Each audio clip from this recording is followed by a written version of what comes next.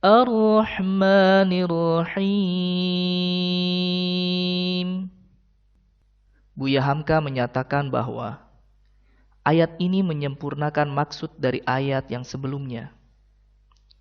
Jika Allah sebagai Rabb, sebagai pemelihara dan pendidik bagi seluruh alam, tidak lain maksud dan isi pendidikan itu, melainkan karena kasih sayangnya semata dan karena murahnya belaka.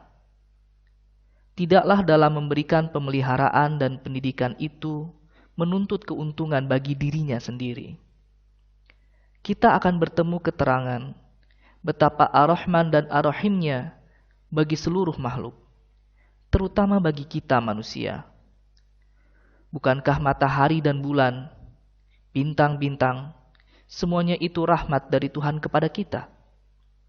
Bagaimana jadinya kita hidup di dunia kalau misalnya 2 hari saja matahari tidak terbit? Dengan melihat kasih sayang di antara binatang, burung-burung dengan berbagai jenisnya, dapatlah kita mengetahui betapa besarnya Ar-Rahman dan Ar-Rahim Allah atas makhluk, dan akan sirnalah rasa benci, dengki, dan dendam dari hati kita. Maka bersabdalah Rasulullah SAW, orang-orang yang ada rasa rahim akan dirahmati oleh Tuhan yang Ar-Rahman, yang memberikan berkat dan maha tinggi. Sayangilah orang-orang yang di bumi, supaya kamu disayangi pula oleh yang di langit. Dirawikan oleh Imam Ahmad, Abu Daud, Tirmizi, dan Al-Hakim dari hadis Abdullah bin Umar. Ibnu Katsir menyatakan bahwa Ar-Rahman yang memberi nikmat yang sebesar-besarnya, Ar-Rahim yang memberi nikmat halus sehingga tidak terasa.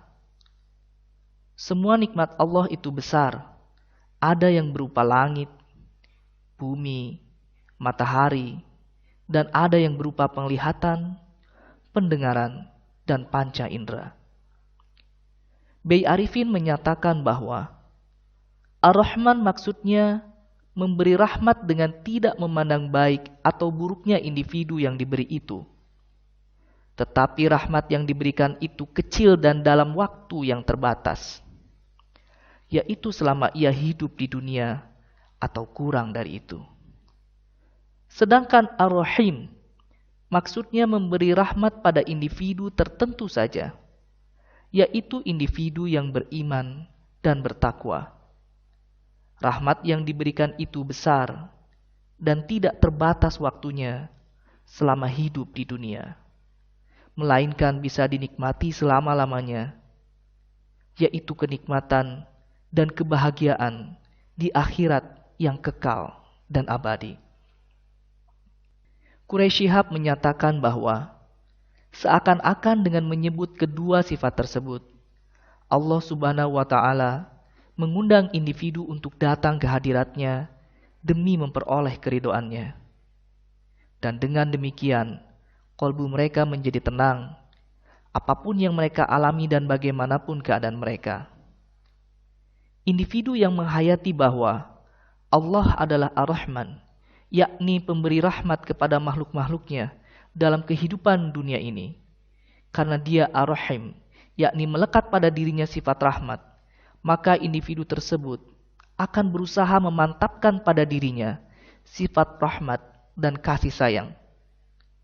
Selanjutnya, ia tak akan ragu atau segan mencurahkan rahmat kasih sayang itu kepada individu lain tanpa membedakan suku, ras, atau agama maupun tingkat keimanan.